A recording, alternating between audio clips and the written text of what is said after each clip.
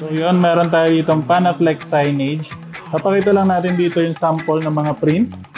Makikita nyo, pagka wala siyang ilaw, halos pare-pareho lang siya.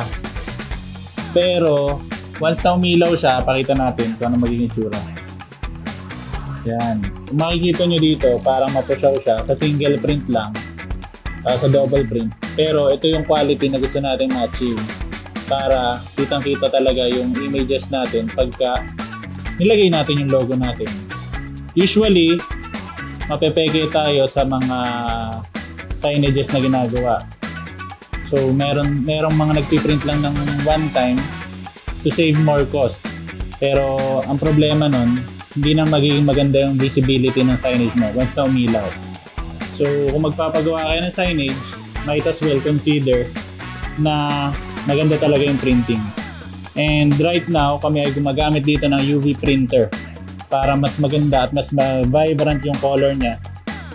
And kitang-kita talaga yung logo niya. Yun lang. Salamat!